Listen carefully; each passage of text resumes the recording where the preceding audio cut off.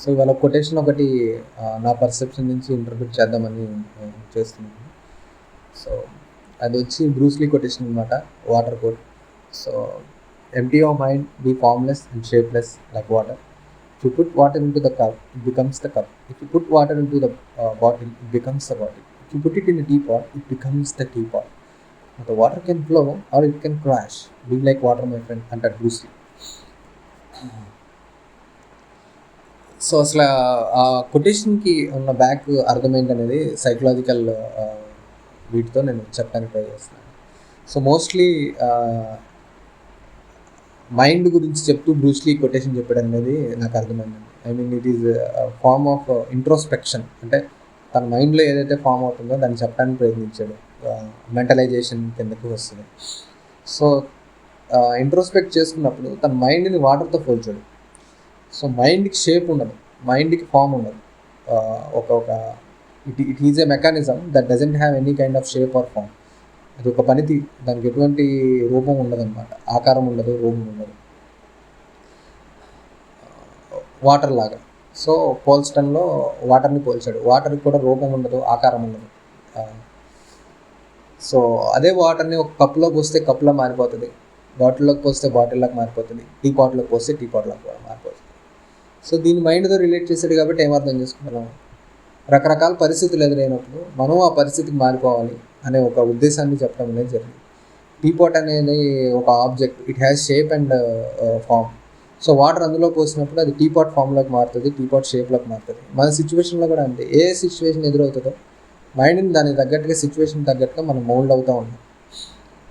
అది వాటర్ కానివ్వండి, టీపాట్ కానివ్వండి, బాటిల్ కానివ్వండి, కప్ కానివ్వండి, ఏదైనా మన సిచ్యువేషన్స్లో కూడా అంతే. రకరకాల సిచ్యువేషన్స్ ఎదురవుతూ ఉంటాయి. పర్సనల్ సిచ్యువేషన్స్ ఉంటాయి, వేరే మన ఫ్యామిలీకి వచ్చే సిచ్యువేషన్స్ ఉంటాయి, బయట వేరే అనుకోకుండా ఎదురయ్యే సిచ్యువేషన్స్ ఉంటాయి. సో వీటన్నిటికీ కూడా మైండ్ని ఎప్పుడు కూడా సిద్ధం చేసి ఉండాలి. ఒక ఫిక్సేటెడ్ మైండ్ ఉన్నప్పుడు వీటికి adapt అవ్వలేము.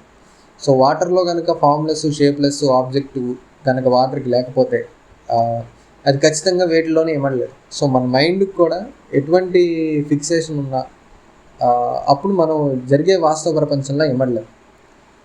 Next, water can flow or it can crash. So వాటర్కి ఫామ్ ఉండదు, షేప్ ఉండదు, అది నిరంతరంగా ప్రవహిస్తూనే ఉంటుంది.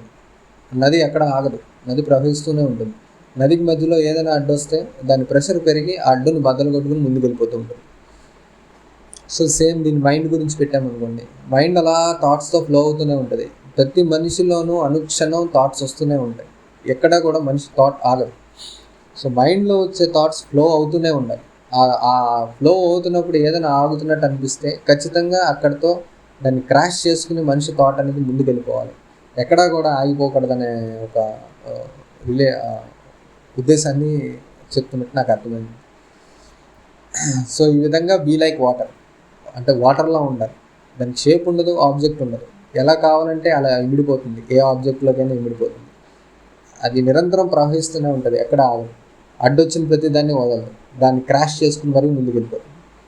సో ఈ విధమైన ఒక అంటే సైకలాజికల్గా చేసి చూస్తే పట్టుదలని, పర్సిస్టెన్స్ని, యాక్టింగ్ అకార్డింగ్ టు సిచ్యువేషన్, సమయస్ఫూర్తిని, ఈ రకమైన క్వాలిటీస్ అన్నింటినీ కూడా అందులో చెప్పడం జరిగింది. సో మనం ఫామ్లెస్గా, షేప్లెస్గా ఉన్నప్పుడు జరిగే పరిస్థితి మీద కాన్సన్ట్రేషన్ ఎక్కువ ఉంటుంది.